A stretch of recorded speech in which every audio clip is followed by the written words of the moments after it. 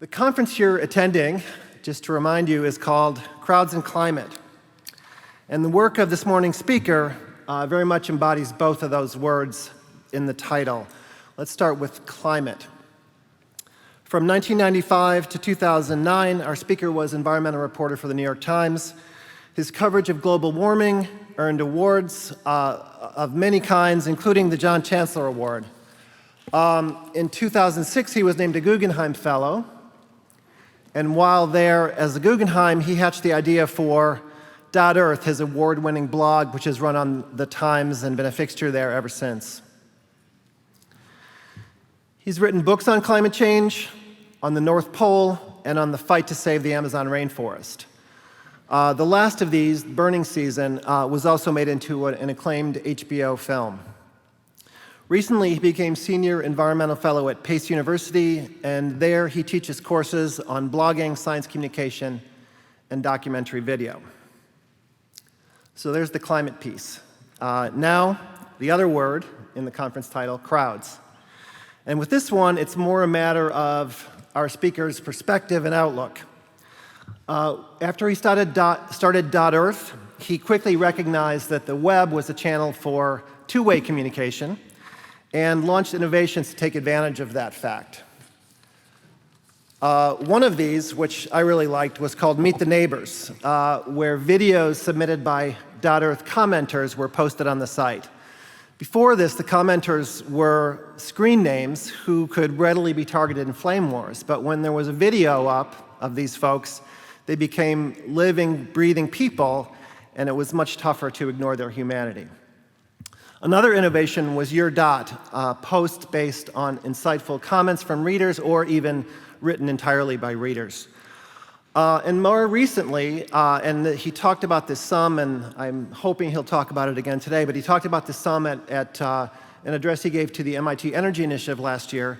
He's in his reporting and in some of the projects he's doing with his students at Pace, he's really pushing on, in detail on the ways that the internet and social media can be used to help tackle climate change and other big environmental problems. And for those of you who have been here and heard Tom's remarks yesterday, you know how much this kind of thing is in the spirit of our research at the Center for Collective Intelligence and our Climate CoLab project. So I really can't think of someone who is a better fit with the twin themes of our conference, and on that basis, I'm really pleased to introduce Andrew Revkin.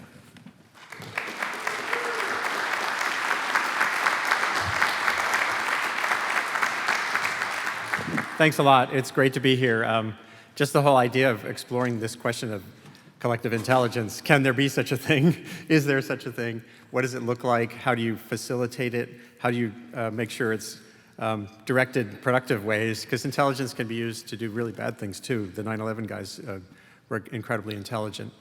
And what I do, the blogging course I started at Pace 3 years ago that I was just teaching last night, which is why I couldn't be here last night, was it's called Blogging a Better Planet. And basically my mantra is that intentionality matters. These tools are amazing. I'll take you on a very fast little tour of my thinking on this. But you have to keep in mind that it's just a tool, like a gun or a shovel, a hammer. It can be used to break things or make things. And so if you don't have a culture of that's focused on using a tool in a certain way, then you end up with just more confusion and more tools, but not necessarily progress. So is the new communication climate good or bad for the human-climate relationship is essentially, I think, what you're trying to explore here. And I think the answer is yes, but not in a way that maybe is the same as some people here might think. So I'll get at this a little bit in a few minutes. And then there'll be time for questions. First of all, I mean, this may have come up in the talks yesterday. I haven't had time to review them. But I think a lot of us have this sort of wistful sense that wouldn't it be nice if climate knowledge was disseminated still by some gray-haired avuncular guy like Walter Cronkite, who was just, in the old days, our media landscape was... This is my last broadcast. A guy as the saying this. anchorman of the CBS Evening News, and that's the way it is. Friday, March 6th, 1981. That's the way it is. This is my... We don't have to think. You know, either the New York Times or CBS News or somebody was just telling us the state of the world.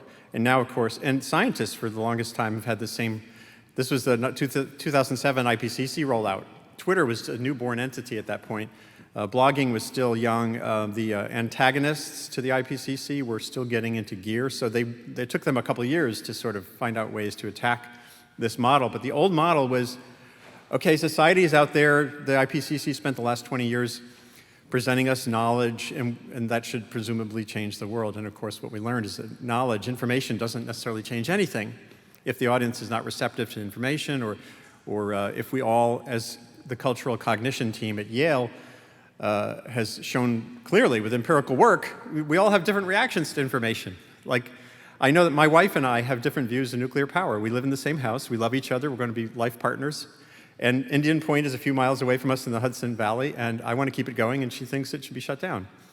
And she's smart. She's an environmental educator at a nature museum. So that says, you know, information doesn't necessarily make everybody think the same.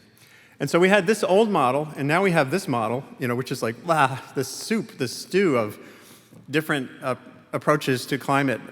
You know, those calling it a hoax, those calling it a crisis. You can go out on the web, depending on your feelings, and you can find information to reinforce your feelings.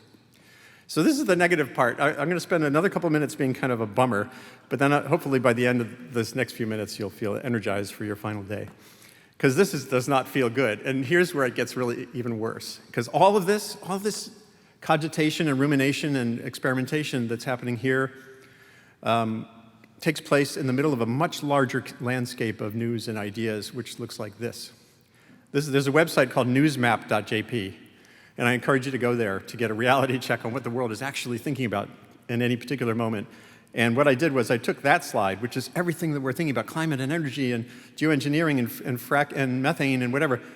All that stew fits in I pasted in this little box in the middle of that bigger landscape of Justin Bieber and polarized politics and stuff. So don't get your hopes up that's, you know, this is a big deal. It is a big deal. It can be a big deal. It's like Buckminster Fuller talked about trim tabs, which is the little rudder on the back of the big rudder that can make a big change over a time scale that's a little bit long. And I'm not yet done taking you down.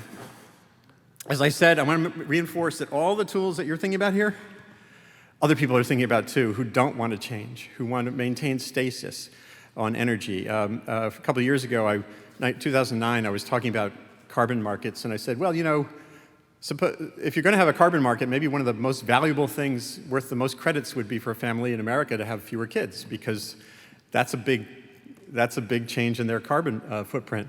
And Rush Limbaugh heard about this through this blog, and he said this. This guy from the New York Times, if he really thinks that humanity is destroying the planet,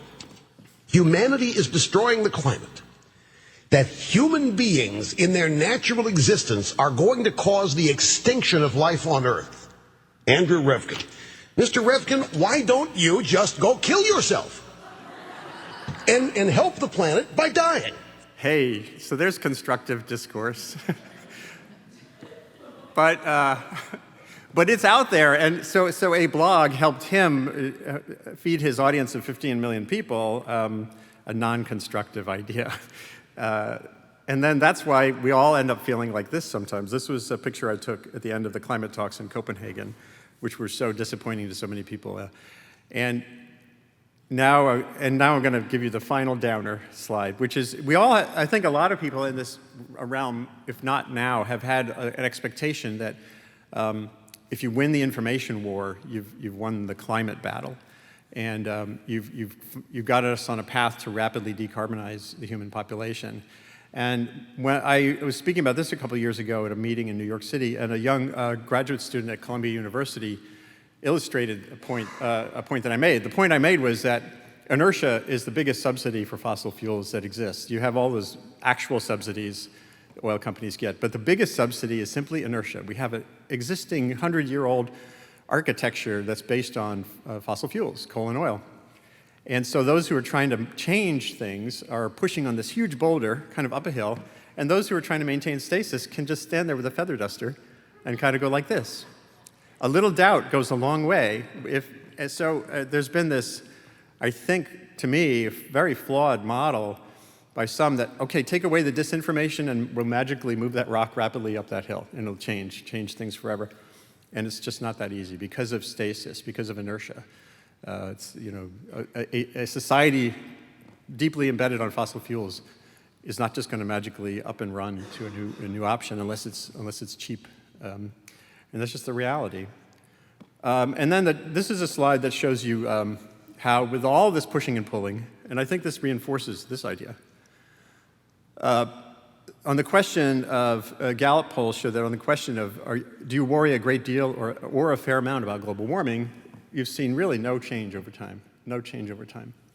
And the questions that matter most, the sociologists talk about, the question is salience. Is this a salient issue? Does it matter more to you than other things matter to you?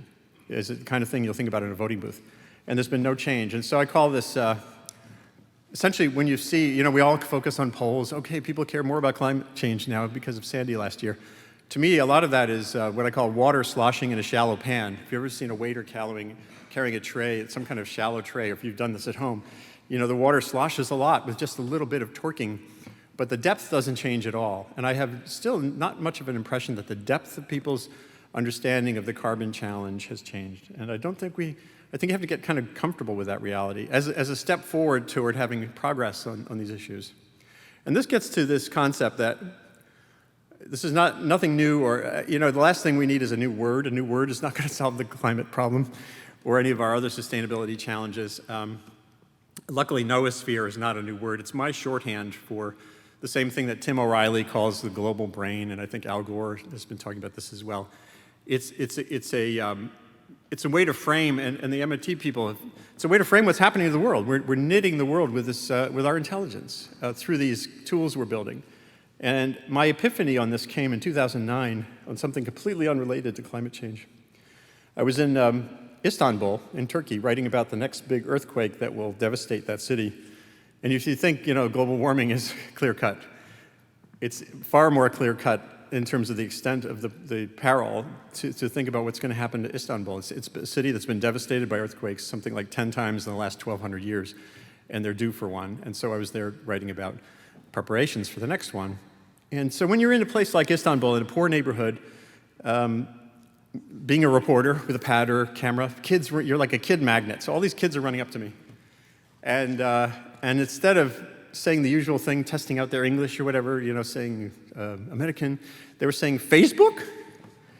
And a bunch of them became my Facebook friends afterwards here. I'm not in touch with them, you know, on a daily basis. But it says a lot. It said to me, and then I went into this community center. These are kids from families who were far too poor to have a computer, but they had a community center with a bank of about 10 computers, and all these kids were sitting there playing Farmville. And if I went back there now, I'm sure they're all playing Minecraft, which my 15-year-old son is playing. And I got in touch with people at Google who were working on their translation interfaces, and I'm realizing that it's just a matter of time before these kids are going to be communicating with each other in real time, you know, trading Minecraft tips or whatever. And when they play together, then you start to work together in the long run. And I think it's amazing. And the transformation, as you all know, is just like so mind-blowing. When I was their age, this was how we did our global communication, was pen pal. How many people had pen pals? All you gray-haired people. Yeah, you know, and it took weeks for these letters to go back and forth. There was a lot of value in that, so you kind of had a specialness that now with the internet you don't have. And to tell you how the untapped potential, a few years ago when my son was still in elementary school, a teacher set up a pen pal program for them with electronic one with a school in New Jersey. And I was like, I live in the Hudson Valley, you know, can we go a little farther than New Jersey to develop these kinds of relationships? And just think about the role of an ambassador a few years ago. You know, a guy in a gray suit going to official functions and that kind of thing. The ambassador to Nepal for the United States, Scott DeLisi, is the archetype of the 21st century ambassador. His Facebook page and Twitter account are one of his main ways of interacting with the people of Nepal. And they've had some big issues there recently with agriculture policy. They think Monsanto is going to, you know, come in with American help and destroy Nepal. And other issues, of course, are very important there. But this is a normal part of his outreach now. Think about 5 years ago, that was not even remotely the case. Here's a great example of how these tools can be used creatively, and I'm going to go through some more examples. This was Facebook. I'll read it for you, for those who can't see it. A student, an art student at in Halifax, Nova Scotia, came up with this little faux Facebook conversation, which was initiated by Tiger. Tiger says, "Totally screwed, like 3,200 of me left. Sad face." And then Panda likes this. And then Panda says, "I don't mean like good. I mean like I feel you, bro." And then Marine Turtle says, "Oh no, really? I'm so sorry to hear that." Sad face. Chin up though. Rhino, doubtful. Mountain Gorilla, "Shut up, Rhino. Don't be such a negative Nancy." And it goes on. And this illustration, it's a graphic, got pushed around hundreds of thousands of times on Facebook. And it was all designed, the student did it independently to help World Wildlife Fund raise awareness of endangered species issues. And I blogged about it on .earth to draw more attention to it. And we have this amazing ability to sort of be creative, share that creativity, and foster more of it, a culture of creativity, which is what I try to do with my teaching. You know, I show this to my students and say, "Hey man, you know, can you do better than this?" So this is what I call noosphere, and it has deep roots in what used to be called noosphere, which I'm sure many of you are familiar with.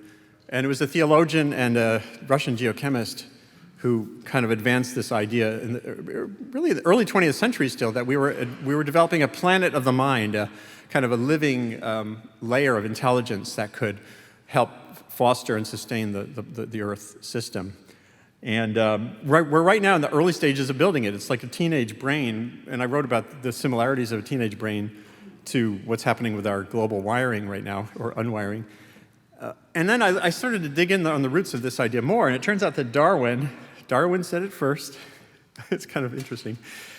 In his less famous book, The Descent of Man, he said, "As man advances in civilization and small tribes are united into larger communities, the simplest reason would tell each individual that he ought to extend his social instincts and sympathies to all the members of the same nation, though personally unknown to him. This point being once reached, there is only an artificial barrier to prevent his sympathies extending to the men of all nations and races." And of course, we're breaching that artificial barrier. We have breached it. And you'll see later, even in communities around the world that are still mostly unwired or unconnected, that's changing in a heartbeat. So then, to me, my conception of noosphere is, again, it's about intentionality as much as technology. Technology, in so many instances, is just the starting point. As I said, it can be used in different ways.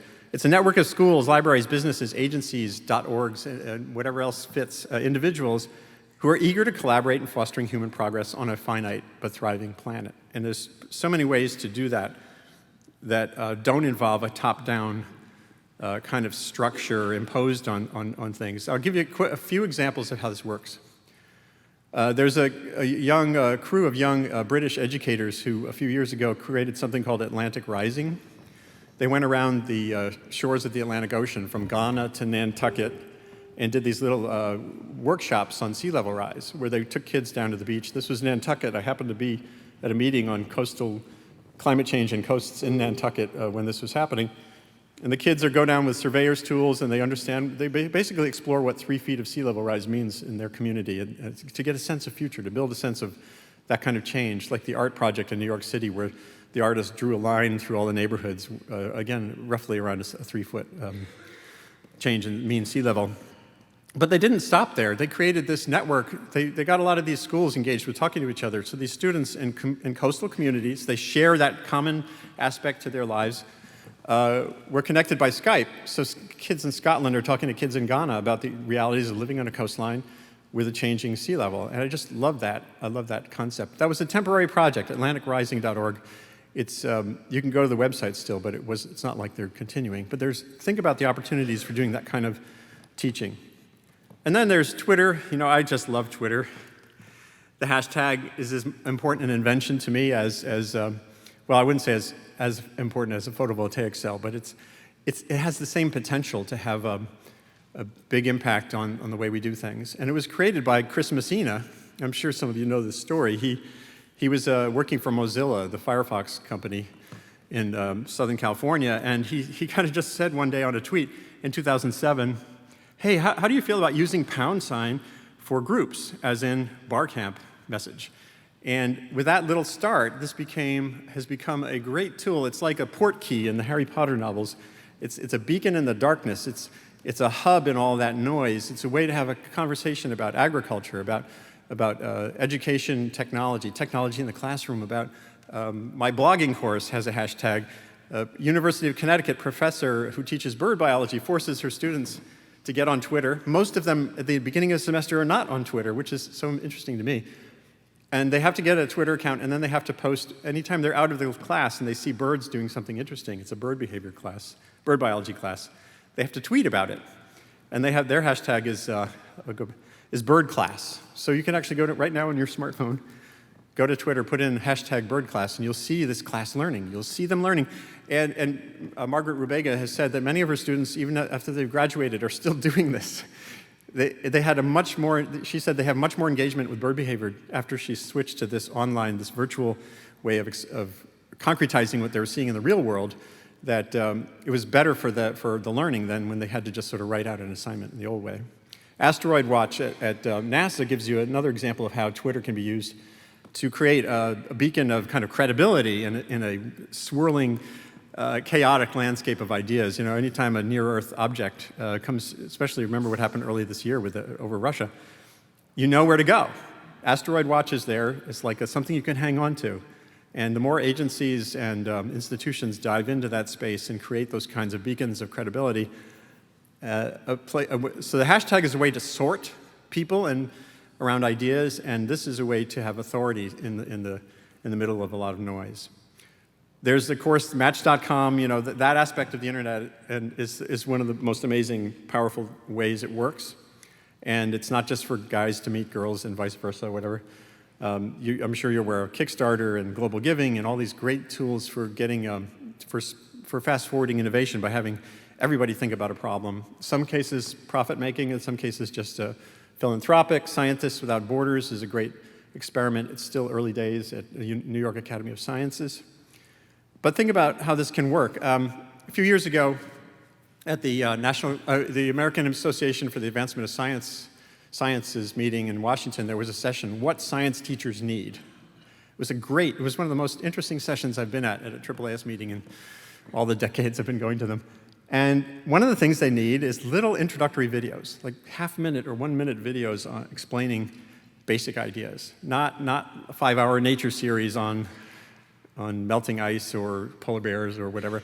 And so you can have a hub. One thing I want to still try to work to develop is an online hub that's kind of like YouTube, which is the second busiest search engine on the planet. Of course, that's why Google bought it to Google. But sort of a YouTube, like a searchable database of videos that help explain simple concepts, that has a credibility. You could have, just like on Amazon.com, you have a reliability tool for people to vote up the vendors, sellers of stuff, or eBay, that are reliable. And you could have sort of a YouTube, students at a school, art school, could create a clever video on momentum or on what's a greenhouse gas, and then teachers can use it, and then everyone, the community of scientists and teachers can kind of vet its reliability. And this is already happening. There's some wonderful examples. Here's a guy, Paul Anderson. He teaches science at Bozeman High School. I don't know if he's here. He should be here. And let me see if I can get to his website. So in his spare moments, he creates little explanatory videos. Go to Bozeman Biology on YouTube, and you'll see some of what he does. They're really good, they're really simple, and they're getting a lot of, here's one, 379,000 views, 416,000 views. This is a science teacher doing this in his spare time. That's what's so cool about this setup we're building. Here's another one. Students created this video a few years ago. A few more parts, maybe a window, and pretty soon I have a toy train. But I didn't just build that in one step. I realized something. Step after step. I've got two audio things going at once. Hold on. Stop. I'll close him out. And I'll be ready for questions in a minute. I'm trying to do this as quickly as I can. Here we go. Today on Waves of the Future, a closer look at geoengineering. What is geoengineering? Well, geoengineering is something global, intentional, and unnatural. And we've got some smart fellers figuring out new methods. Let's look at a few. Space mirrors! In this lifelike reenactment, Eric is the sun, and Patrick is the Earth. As Patrick orbits Eric, he received some of Eric's solar radiation, making Patrick very warm. Let's see what Patrick has up his sleeve. By deploying space mirrors, Patrick deflects some of Eric's warming radiation, making himself comfortably cool. Iron near the Galapagos. This is a scale model of the ocean. You get the idea. And that was a flawed piece. There's elements in it when you go through it, forward through it, that are problematic. But if you had this layered, juried approach to creating this kind of content, you could have someone then kind of fix it, redo it, have an iterative approach. The do-it-yourself aspect of the web is just amazing. We'll be talking about fracking and geoengineering in a little while. There's a young man in Pennsylvania who works just like a functionary in the state legislature who got tired of people calling and looking for information on the fracking drilling in that state, which has been so intensive. And so he took all the data that was available. He said it to me when I interviewed him. Just took a couple of days to basically create this website that's a geo-tagged look at the. So you have all the information there. If you can go on the web, if you're going to buy a house or you're worried about your community and you know about the drilling down the street, here's a place where you go and you click on a little tab and it tells you if there's been a violation. It tells you who owns the lease for the drilling on that land. And he has more layers at fractrack.org now where he's adding in other information. We'll be talking about methane leakage, and you could see where you could have a do-it-yourself tracking for methane emissions that could help in a world of constrained resources. Having environmental protection agencies keep up with this is going to be really hard unless we're all engaged in coming up with ways to disseminate information ourselves.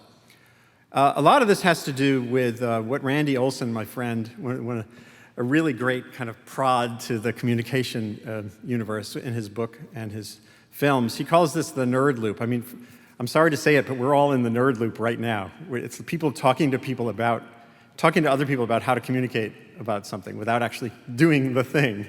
I mean, some of that is happening through Twitter and the internet, but his idea of getting out of the nerd loop, I think, is very valuable.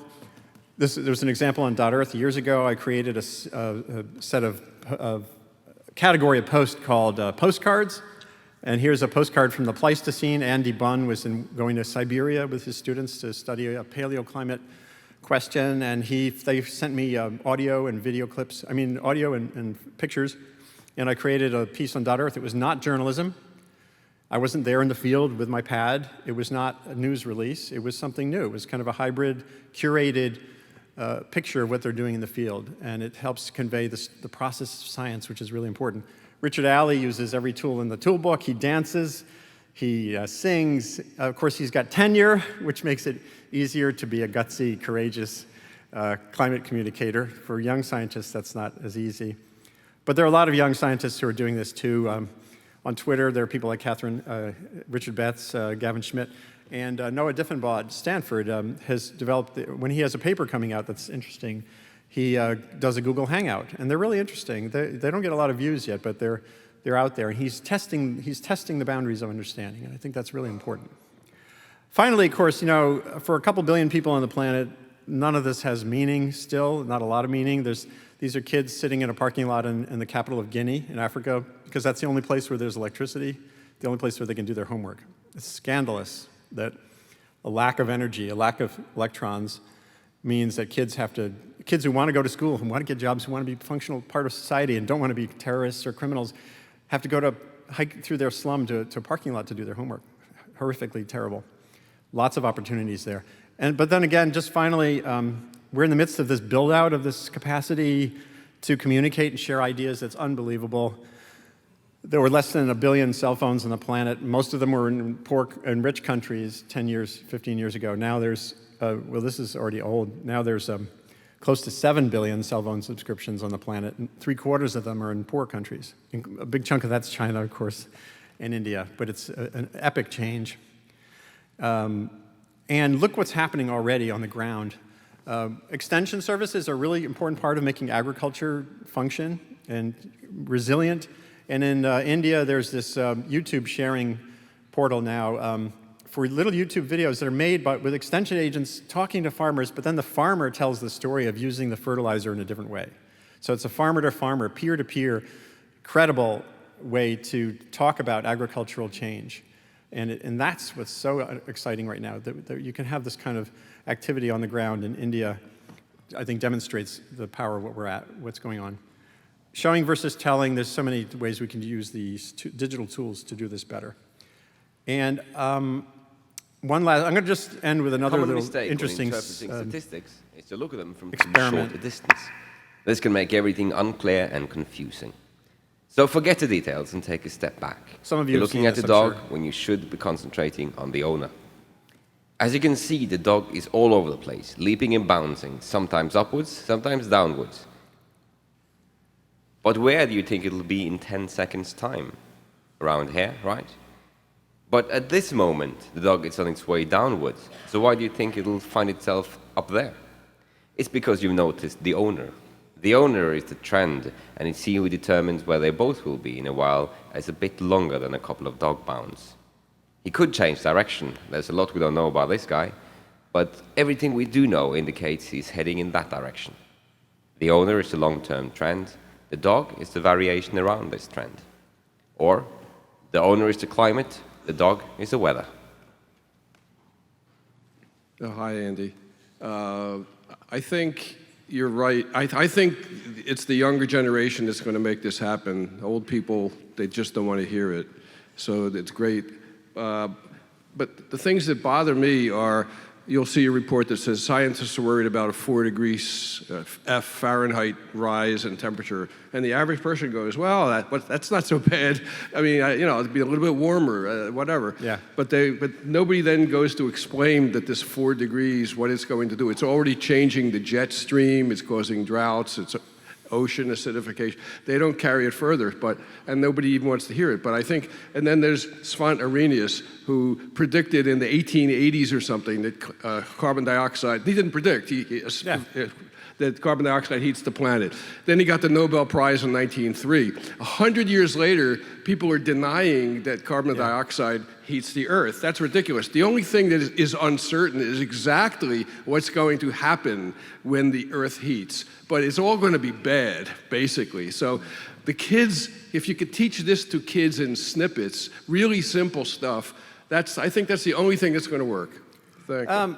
Yeah, it's not, but it isn't the only thing. I think what I was trying to convey is that if you work at the roots of innovation, create the greatest capacity to share and shape ideas, and you can fast forward the response to signals once they get a little stronger. So it's not just, in fact, it's not just kids, but you can see how getting a better idea for a solar panel within the scientific community can be accelerated by this process as well. Having more interaction of social and physical scientists is really important, so building those portals as well, making sure that physical scientists are going to keep hitting their heads against the wall, thinking that if they explain a greenhouse gas better, people will respond. If they don't talk to social scientists who will explain exactly the science that says exactly why, after 100 years of science, we still don't get it.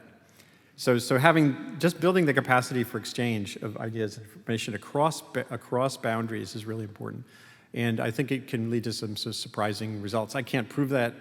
And that gets to this point of motivation, just intentionality, using these tools, building the capacity to get schools talking to each other, to get disciplines talking to each other, can lead to surprises, I think. Right, so let me just say, I hear you. It's just that I think the scientists are too close to what they're doing, and they say something and they think people get it. So you need journalists, you need other people to interpret and then spread the word. But within campuses, even within single campuses, you have communicators and scientists who don't talk to each other too often. Even at Pace University, where I teach, or I'm sure at MIT, there's not every scientist is a gifted communicator, absolutely. Right. But there are gifted communicators on every campus. There are visualization people here at MIT. It would be amazing to get them, when a paper is coming out here, make sure visualization people who know how to change data into meaning are involved in putting that content out.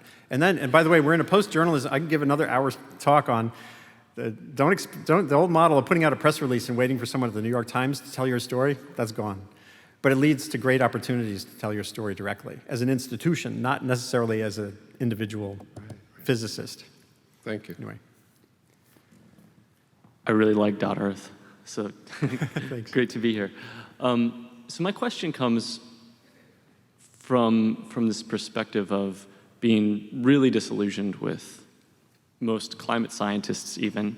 And so my question is about like what your perception, being in a situation around far more people than I am with your position, kind of what your take on it is. And it's something like this.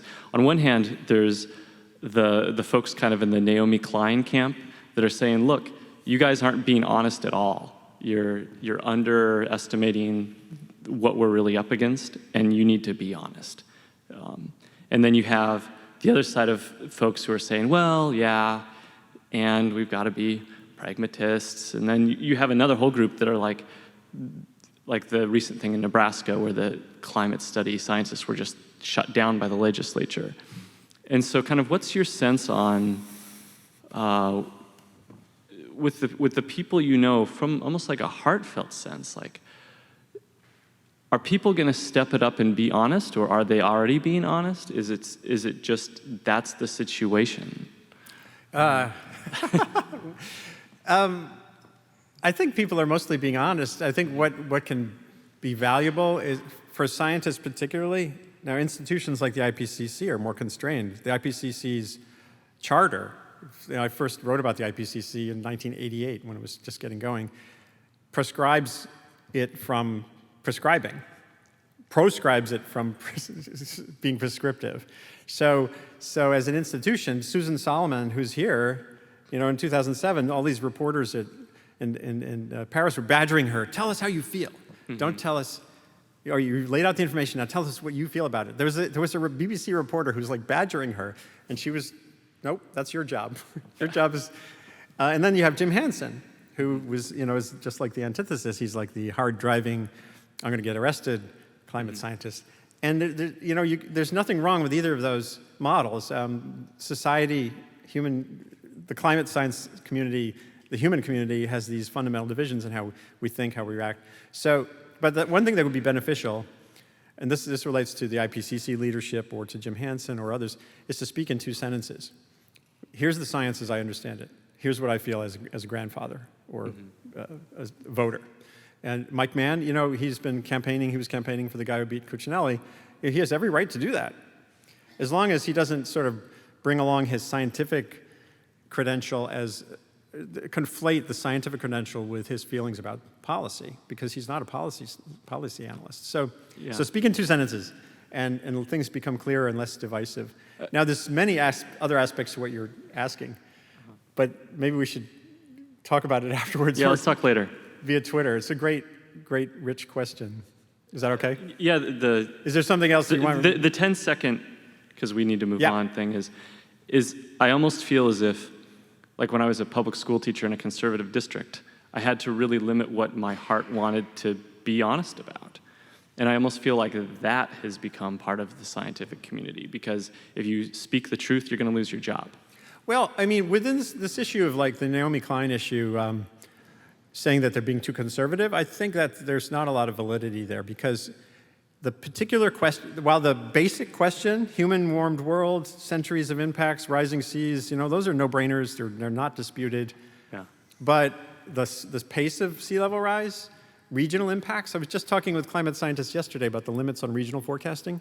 Yeah. Those are big, real uncertainties, and they have to be communicated that way.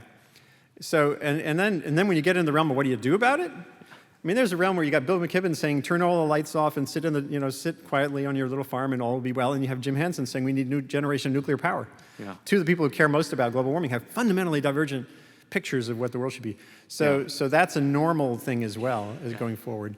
And just getting comfortable with that, and getting comfortable with uncertainty, the real uncertainty, but making sure you discriminate between the real uncertainty on particulars and the basic concepts, I think is important too. Thanks. I think we just have time for one more question. Sorry. Okay, I'll be quick. I'm an academic and a blogger. So credibility runs through... What's your blog? I can talk later. Okay. Credibility runs through the whole thing, all the web communication. So I was wondering if you've explored the concept or the differences between a published academic paper and a blog, and how one form can become like the other So how can an academic become a blogger, and how can a blog get the kind of credibility that a published paper might have? Well, I would look at people like, I would look at Real Climate and Gavin Schmidt and Ray-Pierre Humbert, who also contributes to Real Climate. And Richard Betts, as I pointed out, is very active on Twitter. You know, these are scientists who are publishing the literature, but also active in the blogosphere and the Twittersphere, whatever that is. Again, the literature, the peer-reviewed literature has its own pace and trajectory, and I think not every scientist should be on Twitter because you have to think before you tweet, even though it feels like such a real-time thing. You live with that stuff forever. Some people get in trouble by not doing that.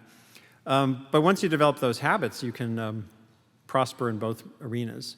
I think you're seeing the peer-reviewed literature actually is moving more toward the blog model. The PLOS journals, I think, are the future for a lot of scholarship, where there's an open discussion of the paper, and then maybe there's a layer of true peer review, but there's a layer of public review at the same time, which is more bloggish. You know, I think you're going to see the science, except in some cases, move toward that model more than the other way around. Thank you.